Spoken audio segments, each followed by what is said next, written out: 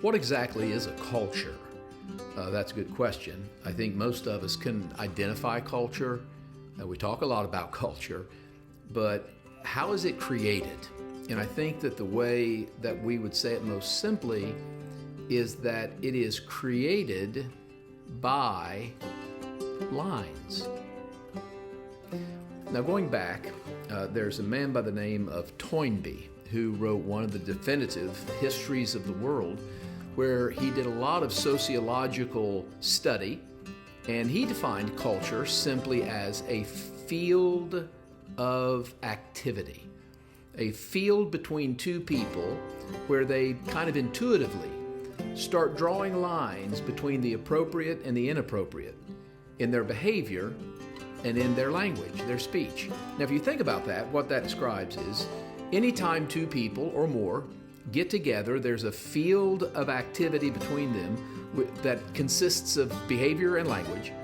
And pretty quickly, we start intuitively knowing what is appropriate, what's not appropriate. So we say something and we laugh, but the other person doesn't laugh, and now we make a mental note that that's not funny. Or we do something and the other person responds, and then we make a mental note that that is appropriate. So instantly, when two people get together, their words and their behavior starts being separated with a line between the appropriate and the inappropriate. Now, if we would extend that out between hundreds of people and thousands of people, there's this field of activity that is created that essentially differentiates between what is appropriate and inappropriate. To use other language, more biblical language, it would be the dividing or the separating of what is sacred and what is common. Now, you can think about that in terms of God at Mount Sinai, because when He gave Israel the law, He was helping them understand what is appropriate and inappropriate, or what is sacred and what is common. Because the first thing that God did when Israel came to Sinai was He declared the mountain to be sacred. He said, "Do not touch this mountain. Don't even let your animals touch this mountain." Because He was dividing, separating what is holy or sacred from that which is common. Now, if you put that on pause, we can go all the way back to creation. It's interesting in creation that all of creation consists of dividing. Like God spoke into the darkness, and He divided light from darkness. Then He divided land from water. Then He divided the water above the firmament with the water below the firmament. On the earth, He subdivided all kinds of different plants according to their kind.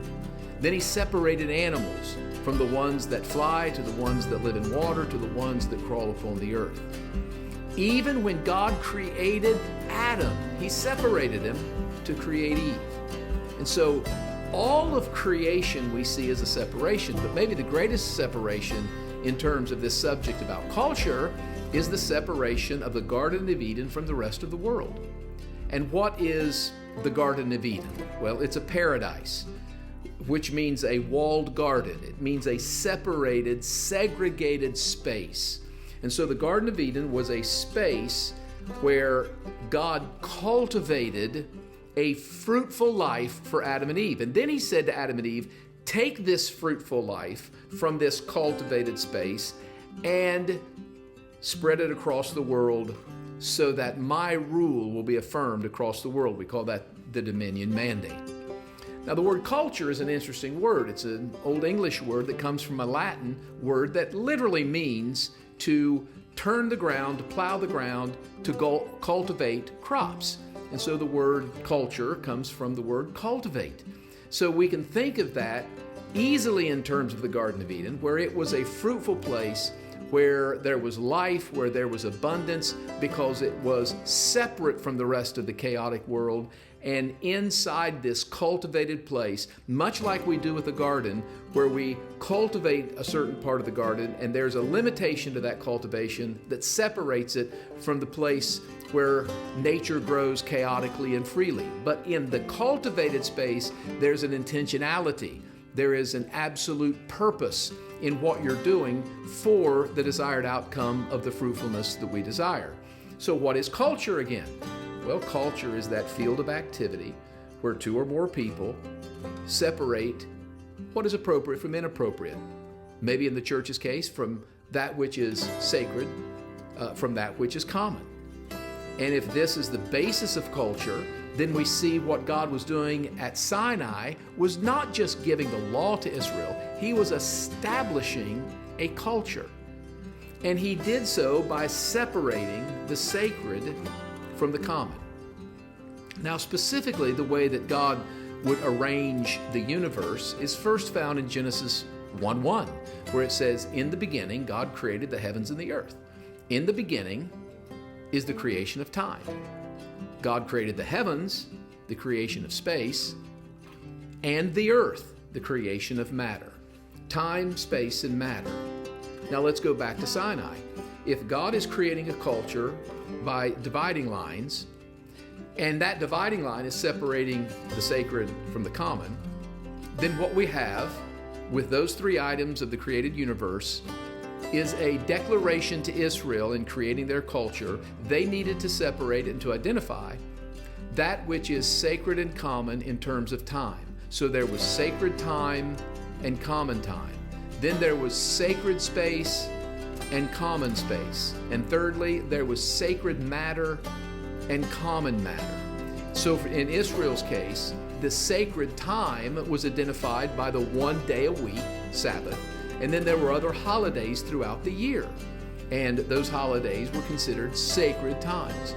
The sacred space, of course, was the tabernacle, and inside the location of that tabernacle, when you crossed the threshold, you were moving from the common to the sacred.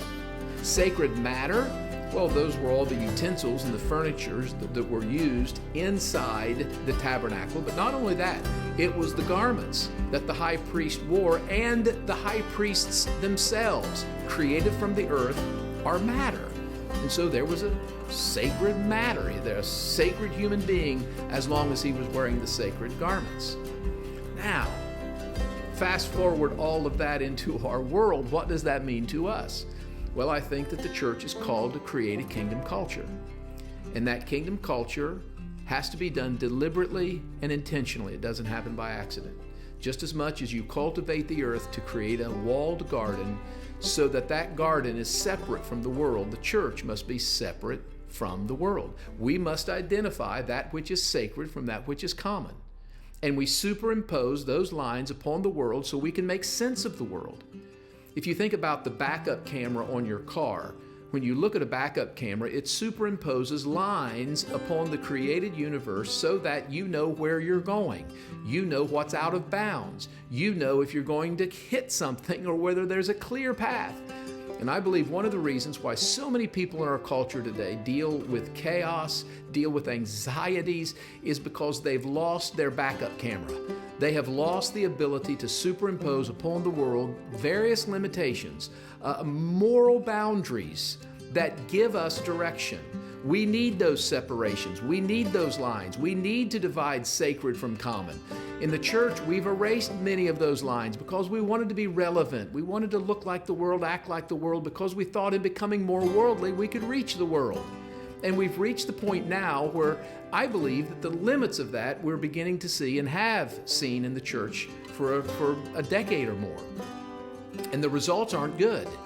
And that's why we're once again obligated to create a kingdom culture, a unique biblical culture in the church. But to do so, there must be the lines that we divide the sacred from the common. But with those lines, we create a culture in this field around us. And then that field of activity that Toynbee talked about, we discern from Scripture what is appropriate and inappropriate, what is sacred and holy. And by making lines, what we've done is created clear pathways for people to follow, which eases the anxiety. When you're lost, you don't know which way to go. You cannot orient yourself. You're in the middle of an ocean or the middle of a desert with no roads. That creates such anxiety and depression and fear and loneliness. And what a joy it is to see a road. And what is a road? It's the marriage of two limitations, the left and the right. and applying those limitations into our life create pathways. It creates the cultures that reflect the culture of the Bible. And this is what Paul did and the apostles in the first century. They created an alternative culture for people. And I think that we're at a time now where we are in a dark world, a chaotic world. And what the world needs and what they're looking for is someone who can give them answers. A church that can show them the pathway forward, to superimpose those limitations, to create a kingdom culture that's an alternative to the cultures of the world. And so in order to do that, we cannot be afraid to set parameters, boundaries, and limitations. Those are necessary to make a culture.